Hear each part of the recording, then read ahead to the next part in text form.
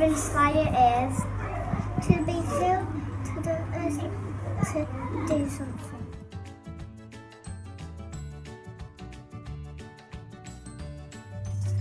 What does inspire mean to you?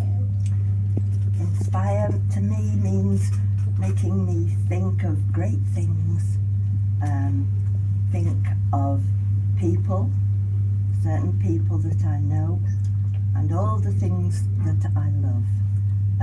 Music inspires me. Music can make me feel peaceful. It can make me feel uplifted so that I can feel happy and strong. And people inspire me. And I think a priest who gives a good sermon in church can also inspire me and make Jesus come alive to me. And that makes me happy. What does inspire mean to you? Inspire means to me when you see someone do something and then you want to do the same as them. What does inspire mean to you? Inspire means to me when you get inspired by something or someone inspires you to do something, maybe when you're older or in later life.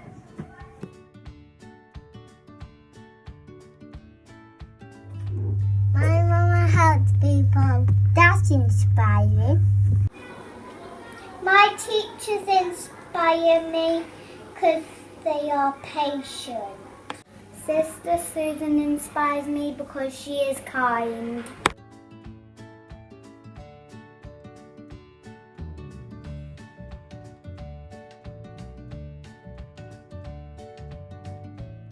This week's word is from Hebrews 11.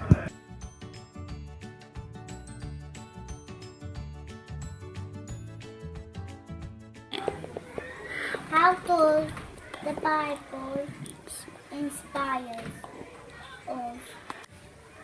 Different parts of the Bible inspire us in different ways. They show us how God loves us, how we can live like Jesus, and how we can live out the gospel message in our everyday lives.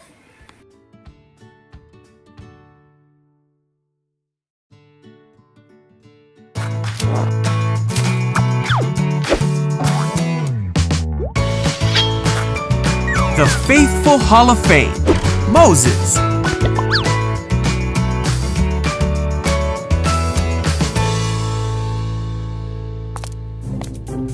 This is Moses. Heyo.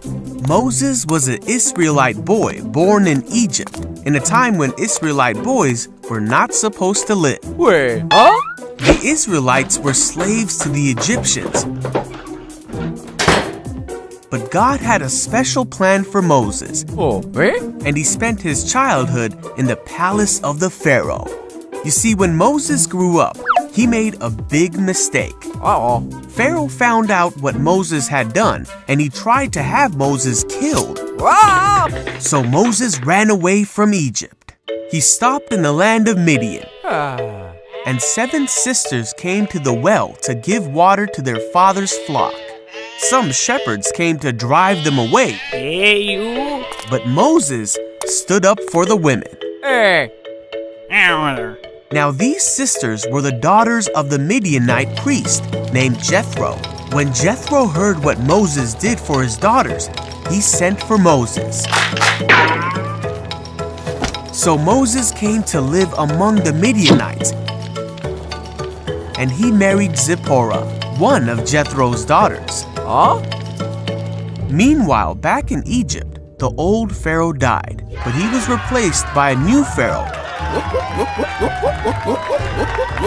who continued to treat the Israelites poorly. Oh, man.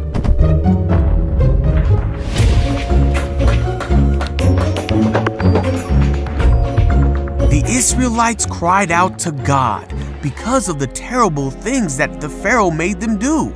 God heard these people and knew it was time to act.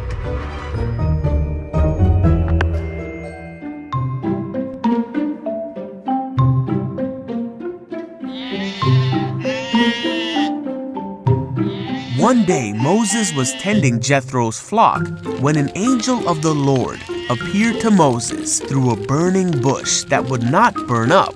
Oh. Moses stopped to look at the bush, and he heard the voice of God say, "Moses, Moses." Hello? God then told Moses how sad he was because of the suffering of his people. He told Moses that he wanted to do something about it, and he wanted Moses to be the one to do it. Oh, me? But Moses did not think he was the right person to go. God said, "I will be with you." Morning. But Moses said that he wouldn't know the right thing to say to the people. So God said to tell the people that God himself had sent him and promised Moses that his plan would be fulfilled through Moses. But Moses still said to God that he did not think the people would believe him. So God said, "What is that in your hand?" Oh, me? Moses said, "A staff." God told Moses to throw it on the ground. Wow, okay. Then God told Moses to catch it. God showed Moses another sign Huh? Phew. and told him to show these signs to the people if they did not believe what he said. Moses still didn't think he would have the right words to say. But God said that he himself was the one who made a man's mouth and gave him the ability to speak, so there was no need to worry. Yet even after all this, Moses said, "God, please send someone else." Then God got mad at Moses Oops. and said that he would send Moses' brother Aaron to speak for Moses. So Moses went back to his father-in-law and told him that he needed to go back to Egypt. Moses and his family started their journey back to Egypt, and Moses carried the staff of God in his hand, for this staff would be the tool God would use to demonstrate his awesome power to the Israelites and to the Egyptians. To reflect on the word this week, we are going to create a burning bush of inspirational people. You will need an A4 piece of white card, some paper in orange, red and yellow. You will also need pencils and glue. Write the name of someone who inspires you to do good, or listen to God on one of the flames. Stick it to the burning bush.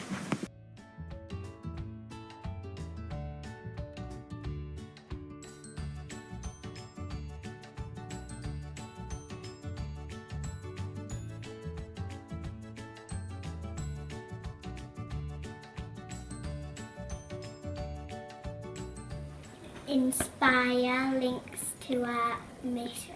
If we help today, we can inspire others to do this too. And that will create a better tomorrow.